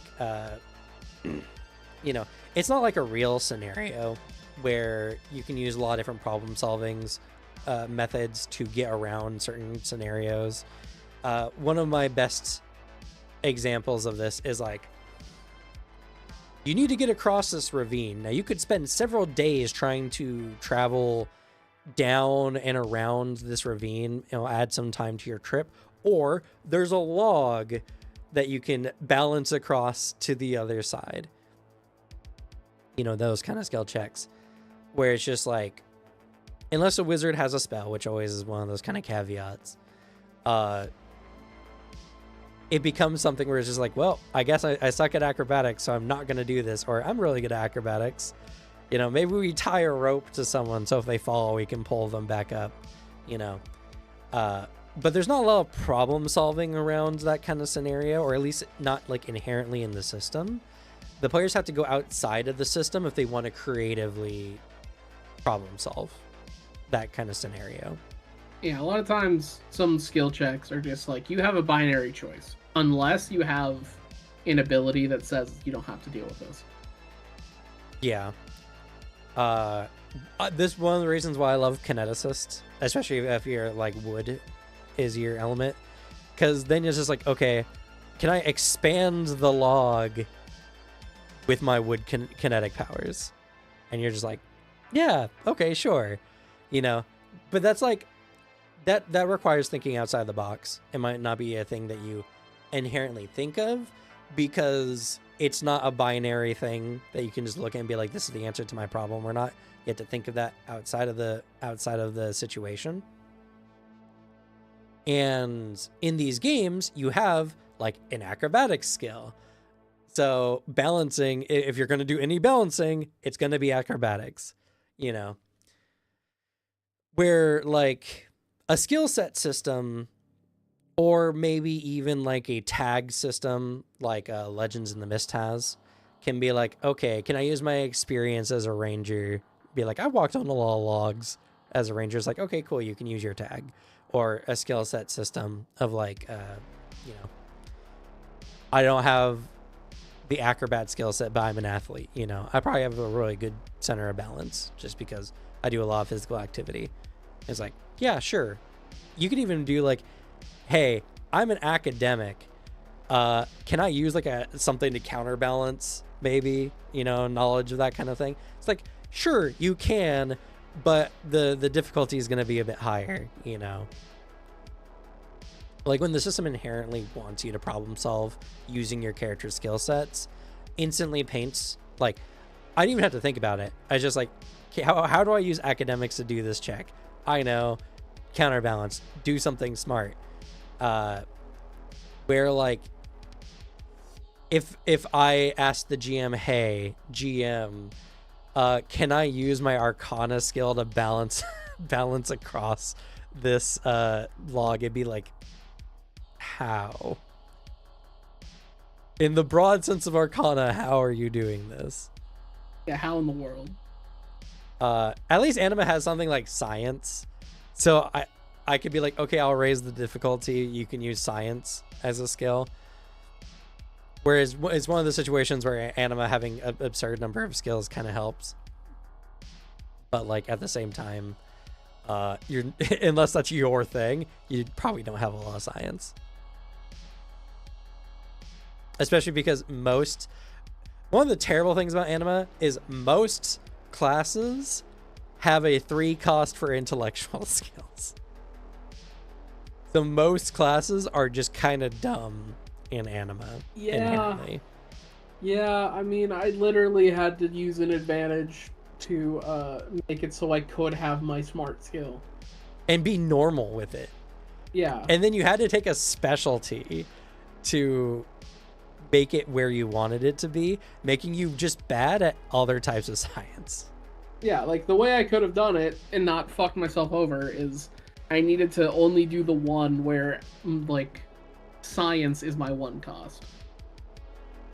And it's just also I'll say my intelligence isn't that high. Like I have a 6 intelligence. Largely because of how the game's set up, like with key specifically. Yeah. I need every key stat to be good. Science sadly had to be a lower, or intelligence had to be a lower stat, because there's no way I can make it so. Because intelligence has nothing to do with key. I get around it with just having science be real high. Yeah, I mean, which that's is just kind because of the stat bonus doesn't mean anything. well, yeah, it's really silly to think about that. Like, you can technically make a really smart character who has even bad intelligence, honestly. Yeah, like because unless you have to specifically make a intelligence test, like with the stat, which I don't think happens that much. There's not a lot of reasons for it because the most common ones are the physical like contested checks. Because like I'm gonna be doing that. I'm gonna be making people make strength tests. Because when I level up, I'm gonna build my knockback ability. Um, but there's not a lot of capabilities for that, and so instead it's just, oh man, I don't get a +10 to my science check. I can just spend slightly more DP though. Yeah. Which is again one of those weird points of anime where it's like, I like anime because it provides more. I feel like character options than almost any other kind of game. Like you can make more types of characters in anime than any other kind of game. But sometimes that comes with a lot of headaches to make certain types of characters. Because your rival, Dr. Aurelius, had to make some similar choices on his sheet to like be good at archaeology. Granted, I think he has a more decent intelligence, but like so he's a worse key user. he is technically because he's also a ranger, not a technician. Dork. I'm gonna kick this guy's ass. He's not even good with key. But it was just one of those things where it's just like I made the character and I was like, he does everything I want him to do. Fuck, he's dumb. Wait 1 second, let me change some points around. And it's like, okay, I had to make some sacrifices, but now he's as smart as I want him to be in archaeology specifically. And it's like, it feels real bad that that's just kind of how it works in a game like anime. I don't think Anima's the perfect game, don't get me wrong. It's just the game that I've had the most fun in, but there's definitely some problems. I don't know. It's one of the reasons why I'm very excited for my narrative crunch system, and I can't wait for the next playtest because now if we want to do something mid-tier, we can do something mid-tier because I'm making pretty much all the stuff I have go to max level. So hell yeah. And I've implemented some other interesting systems, and I really want to see how this skill set idea works. It feels very similar to how World of Darkness does their stuff, where you just combine an attribute and a skill to make a check. It works a lot the same with skill sets. It's just the skill sets encompass more, but also don't necessarily like trivialize having any kind of a speciality in the game. It's been a very finite balance of making something where players feel like they're always capable of contributing or rolling, but also there's no skills that you can just put into that just can beat anything, And that's another problem with a lot of these kind of games as well is, like, for instance, it hasn't really been a problem, but Maestro Bard in Pathfinder is just one of the most yoked classes when it comes to making some skill checks, because if it's anything social related, they can use performance. That's fun. And their performance skill proficiency counts for prerequisites for social skill feats. So you could have 0 proficiency in intimidation, but because you're a Maestro Bard, if you're a master, you can get, scared to death.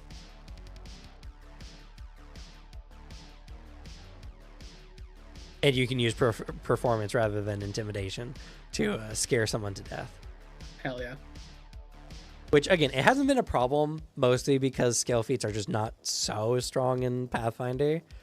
But it is kind of silly that a Maestro Bard is more scary than someone who just invests a lot in... than someone who just is actually like a legendary even in intimidation. Yeah, like you can make someone just as effective at intimidation just because skill feats are open to everyone. Like you could have it so you're really good with intimidation, and then you can also do intimidating glare, so you don't need to know the same language. And like there's a lot of those elements where you can combine them, because some of those feats aren't like a barbarian specific or like anything else. And like I said, it's not necessarily a problem, but I can definitely see it being a problem if you're having a bard who is going down the intimidation route, but they're using performance. And you have another player who wants to go intimidation, but the bard's just like, well, I mean, I'm good at intimidation, but I'm also really good at persuasion and deception and all these other things, as well as I'm just as good as you at intimidation. Just feels really bad. I think the difference, that the reason that it gets around it, is because like you can have that in a party comp, and at least like a decent player, a guy that's not trying to do the whole I do everything the party does but better, or like I want to be the person who rolls at every moment, where like it's just as easy to have that character go into intimidation, like stepping on the toes of another character, than it is to go really hard in persuasion, which might be an open like seat. It's just easy to, and it makes sense to be like, oh, their kit is going all to this, why would I waste my points on that? So instead I could give us a wider net, and then I invest in something that's not taken, because it's like, oh, I just sub my performance for persuasion now. Yeah, and that's why I said for the most part it doesn't cause problems. Yeah. But sometimes players get more obsessed with their character concepts over like practicality. It is the bit of why you should communicate, because Pathfinder specifically, if you want to go super hard into intimidation, ask the people playing martial classes if they're making an intimidation fighter or an intimidation barb or like something like that. It's a very common thing to do. So it's the bit to ask and be like, okay, I will specialize slightly differently. Yeah. And I don't know, like ever since I've developed skill sets in the way that I have, and I've kind of been looking at it wholesale like this, it makes me, I think the idea of classes is kind of an outdated idea. Maybe we'll have a chat about that at some point. Yeah. But like the idea of a class, I don't think is wrong, and I enjoy plenty of games that have classes, but like if I want to make an interesting character, right? If I'm trying to make an interesting wizard, they're not interesting because they're a wizard. They're interesting because of the things they do besides being a wizard. Yeah, it's that line of like, in what direction is the class being taken? Like with the term class, because is it trying to state like, all right, here's a thing that's subbing you into like playing a really interesting thing narratively, or like the thing I love about classes and class systems is opting into a very specific gameplay style. Yeah. That like is locked from other things. So like you are, because I like class systems that are very much like, you are playing something very different than another person. Like, Yeah. you could be doing magic, but it dictates exactly how you do magic. And then the narrative stuff is the things you do on top of it. Like, Anima gets around it because I think instead of a class system, it has a power set system. Yeah. Where that's really what the line is. And then, like, because I'm transferring it to video games and how it can be, like, really fun, really boring. Like, I really like the way Morrowind and Oblivion, for example, utilize classes. I like the idea that it gives you a bunch of classes, but you can create your own and fine-tune it, versus it's doing the same thing, but in a way I don't like, where it's Skyrim. Oh, you're dropped in there, and then you get no starting bonuses. You get nothing to differentiate yourself power-wise, other than what race did you pick. And then you just level it up by doing the thing. And so you can basically make an Omni character that does everything at max level. I don't like that. Yeah. I want a reason to play the thing again. Because, like, sure, everyone makes the joke of the stealth archer, but it's really not hard if you play the game a lot to have a character that's, like, equally good at two-handed great swords. Because you're just like, oh, well, I just have all my stuff at max level. Yeah. Yeah, I mean, and that's kind of like the thing, right? Is that's kind of why I think the idea of classes is a little bit outdated, because if you're trying to play like an archetype of a class, for instance, you're going like the recall knowledge fighter, which I think is a very fun one. Yeah. It would just be better if there was like its own unique class to do that kind of thing, rather than essentially a player-made archetype of something. Yeah. Yeah. Where you can have more things come together for it. Like smaller classes, but more, you know. Like maybe that causes analysis paralysis for a lot of people. And like that's just one of those things that I don't struggle with, so it's something that I don't see the issue. Well, I do see the issue, but I don't know why people can't just pick a thing and try it, you know? Like why they need to go through every single option to see like what's best or what's not. It's just like and maybe it's just because I've also played so many TTRPGs where I'm at the point where I'm just like, I want to play a very specific type of thing. So I'm going to pick the thing that's most like it and then go from there, you know? Yeah, I know for a lot of people, I mean, me especially, for some extent, some of the paralysis comes from the investment of time that it's going to be. Because, like, the thing that sucks the hardest is putting a lot of time and effort into creating a character. And then you're like, oh, wait, I hate this. I hate how this plays. I hate how this operates.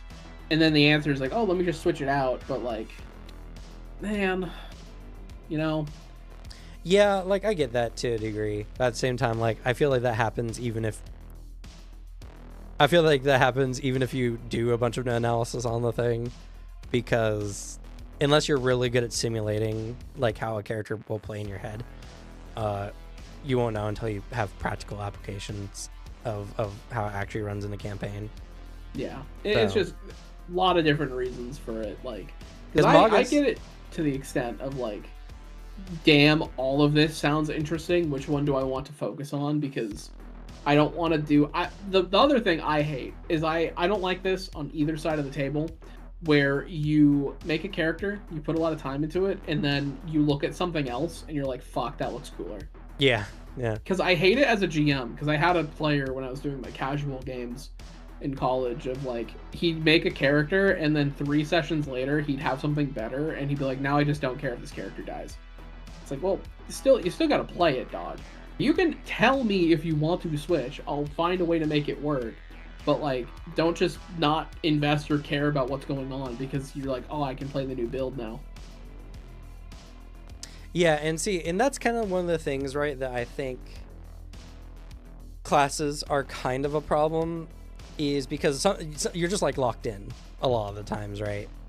That's why I liked when we were trying out the 333 how how you could change your character in like real time, you know, like if you wanted to go down a new path, it did not take you long to start getting your first few talents into your new build, essentially. And like, sure, maybe you're not starting off at like optimal, but if you're in the early part of the game where you're trying to get your footing and everything like that, it's really easy to switch like what your focuses are, because getting the first few skill ranks in a skill takes no time at all. And it's only when you're trying to go for like the upper ranks of a particular skill set that it starts taking more and more time. But you know, that's something that you can identify earlier in a game, unless for some reason there's a talent that you really wanted later in a skill set that just didn't work the way you wanted it to.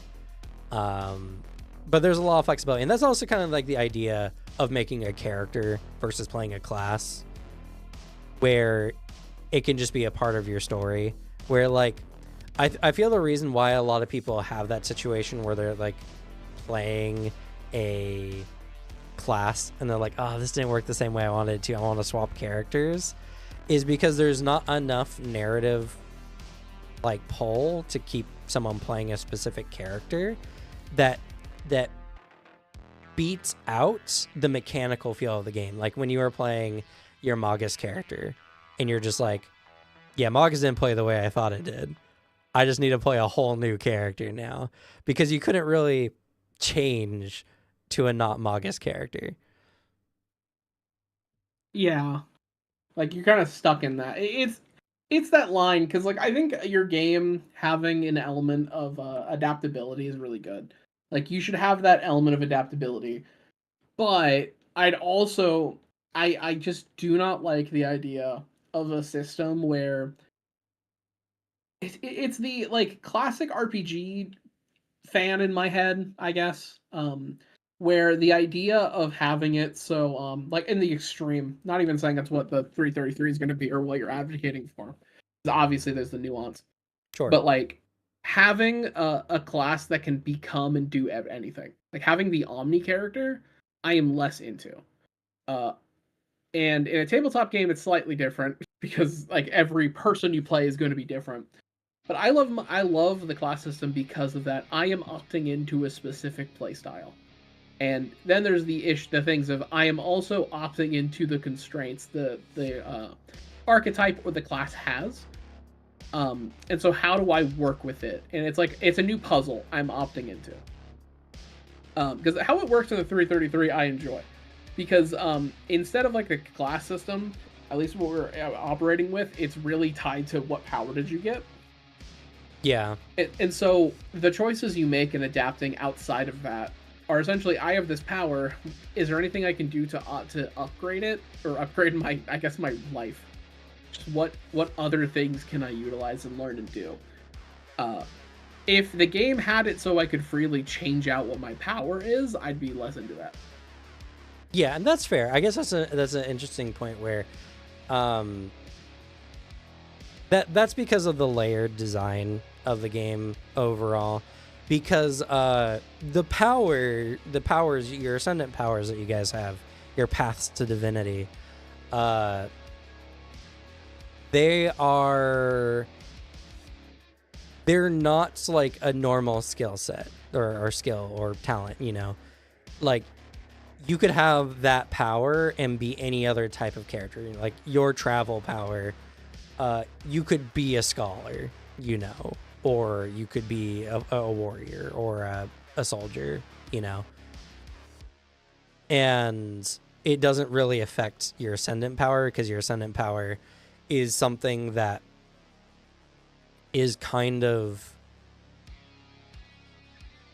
it's not like archetypical.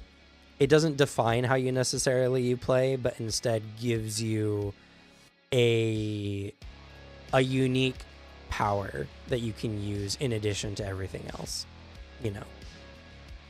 Because like if you're a scholar, yeah, sure, travel is not necessarily as good combat wise, but now you can use travel to get into places you shouldn't be and get information that you wouldn't have been able to get before.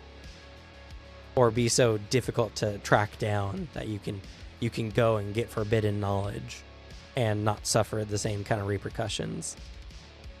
Which sounds as interesting as I'm a soldier who I'm like the sniper who's impossible to pin down.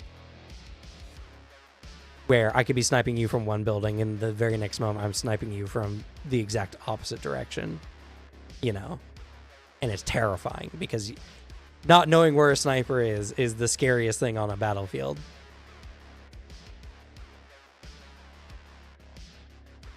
And a lot of the powers are kind of like that. I mean, Alicia's power, especially if she went identity with her evolution and just started taking people's identities. I can't even think of all the different ways you could use it. A lot of crazy ways. A lot of archetypes you could play that way. Mm-hmm. And that's the thing, right? A lot of that. Like, I like how open it is, because I think, honestly, the choice of the part that makes it interesting, where it appeals to my love of classes, is, I don't know if it's exactly how the game sets it out, but I like the moment where we were told the avenues of ascension we can go down. Where it's like, here are the choices you can make. And it's like more of an opt-in, rather than, oh, by the way, this just is thrown on you. Because, like, I like that idea, because then I'm locking myself even further into what the identity of this is. And so if I play it again, I can go in a completely opposite direction and find something that's very specific to what I'm doing. Because, yeah, I you know what? I think it is that idea of, I think more than just, I want a specific set of toys given to me. I like the constraints a class system puts on you, because I think constraint is where creativity comes from. Yeah, I agree, and I can definitely see, where you're coming from, where that's kind of that is the fun of classes, is, okay, how can I play this class, but differently?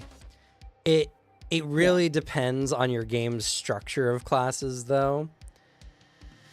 Because like, I like Pathfinder, but, like, every magic class plays the same. For the most part. The standard ones, anyway. They are really similar in that way of just, like, the big difference, the one I can immediately point to, is sometimes their spell sheet works different, where you have, like, one spell for one slot versus I can just cast whatever using a mana pool, which is my preferred way. But, like, Psychic is just, oh, I'm a caster, but I focus more on cantrips. And, like, those kind of elements. Where it's then, like, to the game design principle, I feel the same way of, I don't like it when an RPG lets you do everything. Where, in Skyrim, another fun example here, I don't like that you in Skyrim can become the leader of the Thieves Guild, the leader of the Dark Brotherhood, the leader of the Companions. I like in Morrowind, where you have faction choices, and if you try to join another faction, they'll tell you to get fucked. Because, like, why would I hang out with you? And so it's more of a reason to get you interested in the next time you play it. Yeah, though, to be fair, when it comes to a video game, I feel like if you're a very completionist type person, I would find that more annoying. Because it's just like, I would just want to do all the things. And now I have to play the game all over from scratch just to do the other things. I like the Morrowind approach to it, because when you're picking, like, it's the houses that you're usually basing around, like, 'cause that's the part that gets locked off from you. Because lore-wise, it doesn't make sense for you to be part of every house. Right. Because they all hate each other. But, like, it's the one example everyone brings up with it is House Telvanni, which is the wizard faction, but is also very might makes right wizards. Right. For you to even join the faction, you have to learn the levitate spell, because no area of House Telvanni has stairs. Because they're wizards. And they also believe if you're such a shit wizard you can't float, I don't want to talk to you. And it's like that. It's the element of there are the times it's annoying where it's like, fuck, I want to just do it all in this big playthrough. But, like, I like the idea that it then puts me into, like, well, if I want to do this really cool quest line, I have to be this. And so then it's like, I'm going to engage with a game differently each time I touch it, instead of Skyrim's, oh man, I keep ending up at Stealth Archer because it kind of is just the most fun way to play this game. which is why gamers, you guys should play the Fall of Avalon, like Tainted Grail. That game is like it's like Skyrim but good. It's really fun. I would say Skyrim's pretty good. I I say it as someone who's a fan of Skyrim, but like if Skyrim's a 7 out of 10, Tainted Grail's a 9 out of 10. I mean, I guess that's fair. It feels like a better version of Skyrim. It Is is a better someone, way of putting it. yeah, it is the type of design I really enjoy, where it's really clear people are fans of this type of game. Like it's so clear they were inspired by Elder Scrolls. It's like that's what it is. It's formatted and paced exactly like an Elder Scrolls game. The difference is they took all the systems that the game kind of dropped over time, and then is like, let's go all in. Because man, it's so fun to play a game like Elder Scrolls where exploration is rewarded, which is the reason I messaged you about it. Right. Like it is quite literally the game design is the thing you said on our preamble before we played this anime game. And it also is like the melee combat is fun. The game is brutal. I my last time I played it, I'm stuck in an encounter because I was taking on too much than I could chew. Like it's a house with a scary wizard bandit and a big berserker bandit, and they keep kicking my ass. I could theoretically win this, but I have to fight tooth and nail to do it. Yeah. It's that kind of game where I like games that really promote you to like take your time, explore, because in the early game you're kind of scrounging, you're doing your damnedest to get by.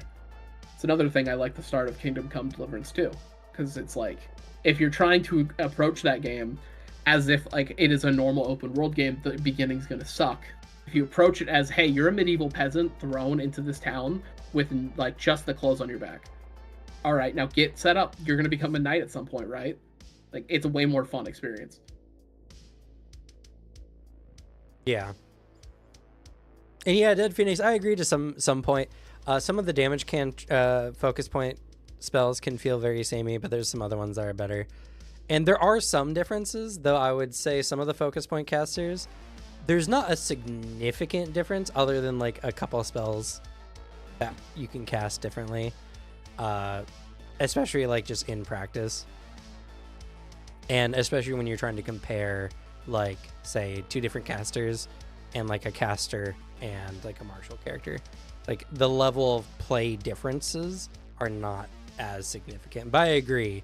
I do think like Psychic, I think I like Psychic a lot as a class, but it's definitely a playstyle of you have to be okay with just having a smaller toolkit as a caster than other casters, because that's their mechanic, is they got better cantrips and they get their cantrips back or their focus points faster.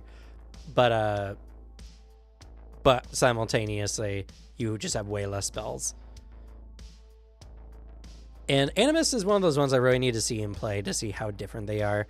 I think they can be different, but a couple skill proficiencies and some focus spell differences, I don't know how different that's going to feel.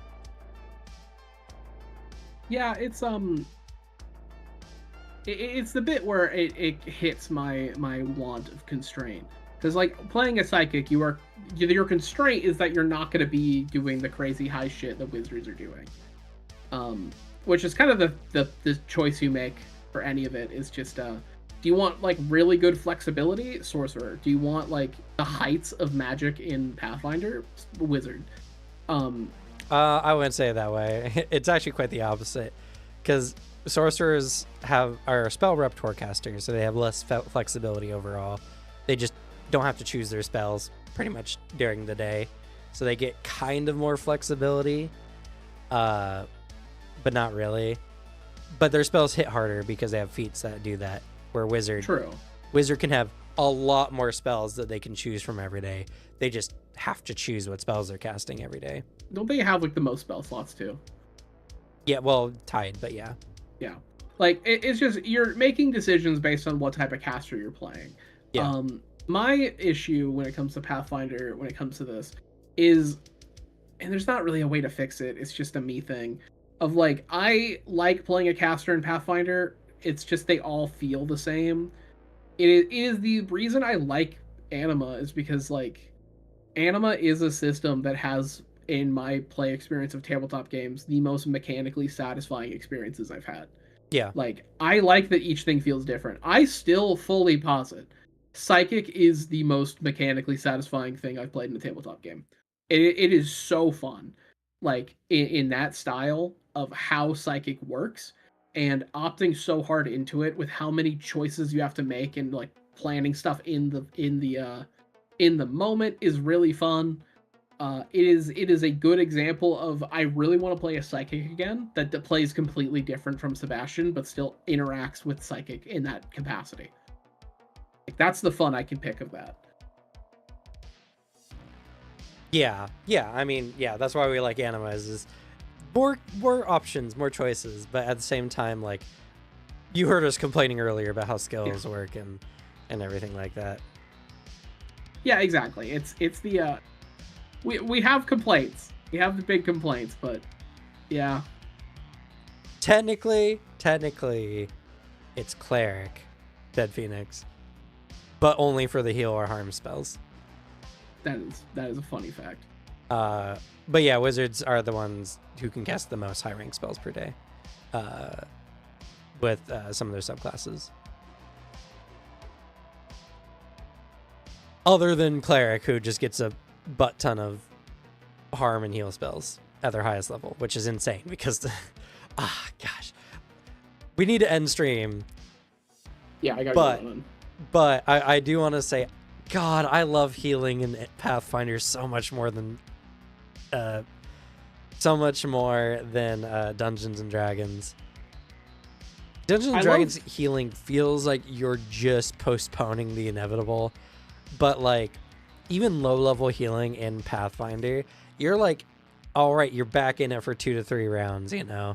Like, it just feels so good.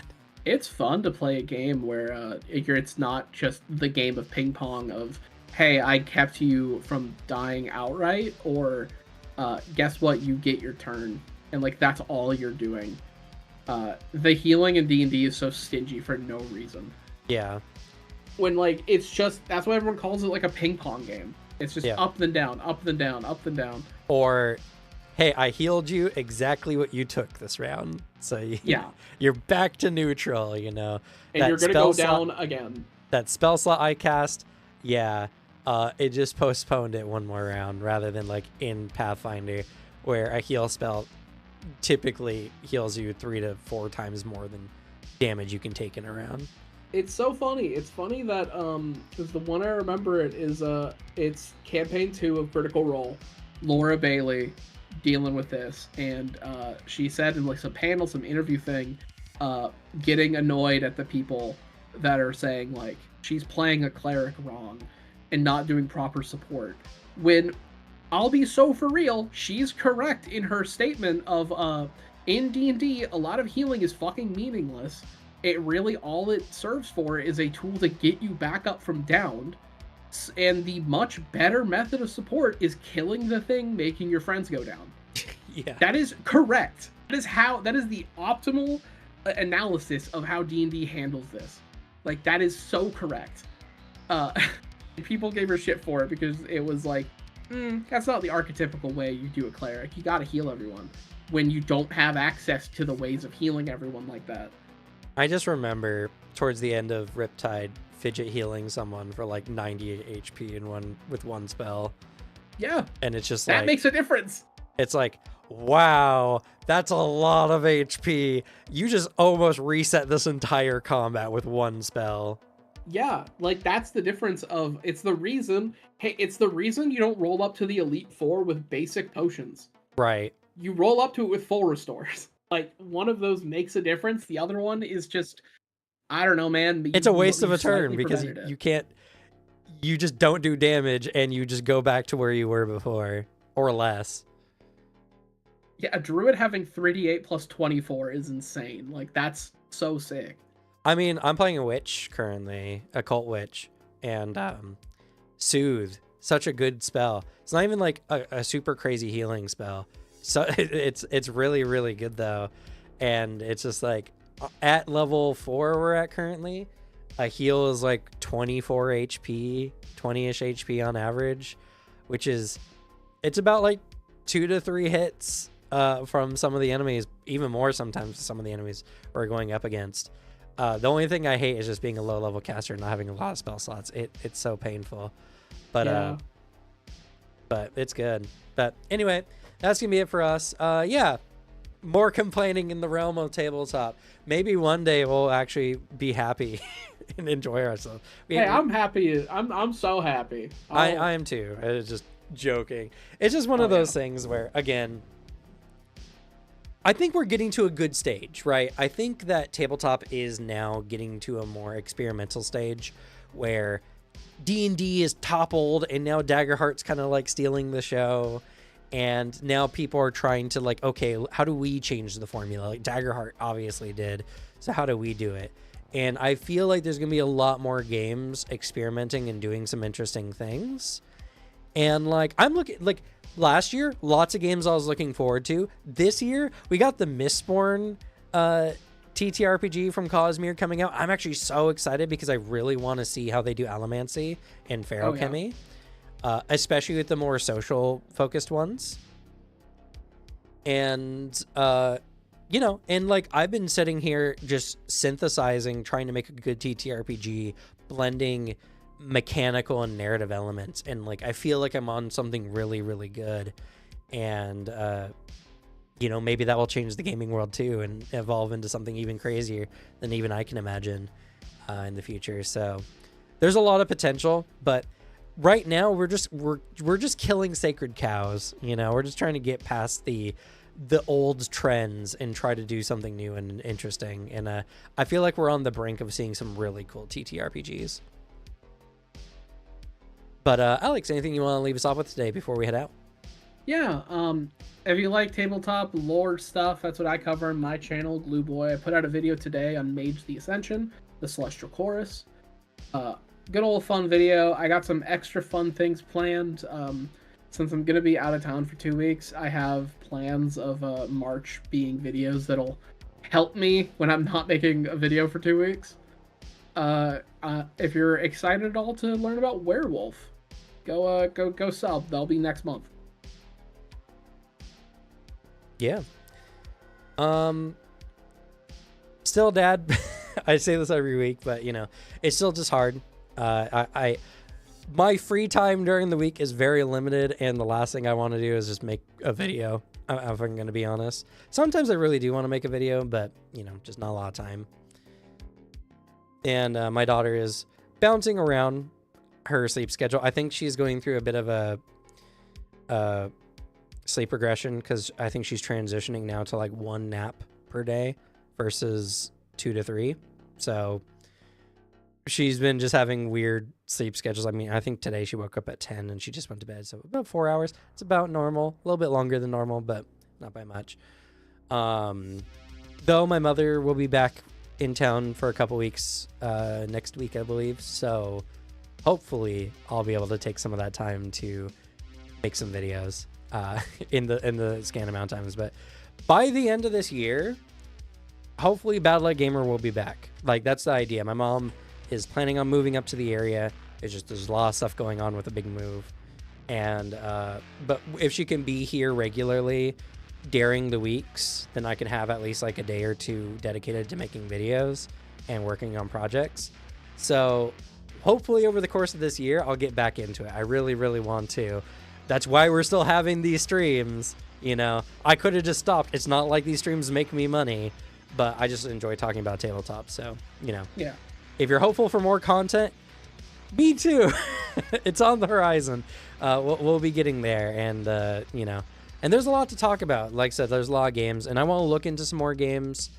And I kind of want to do a little bit more exploration. It's been a while since we've done like a new system because I think, right, didn't we do no, we did Cosmere, right? Yeah, we did the 333, then Cosmere, then Anima.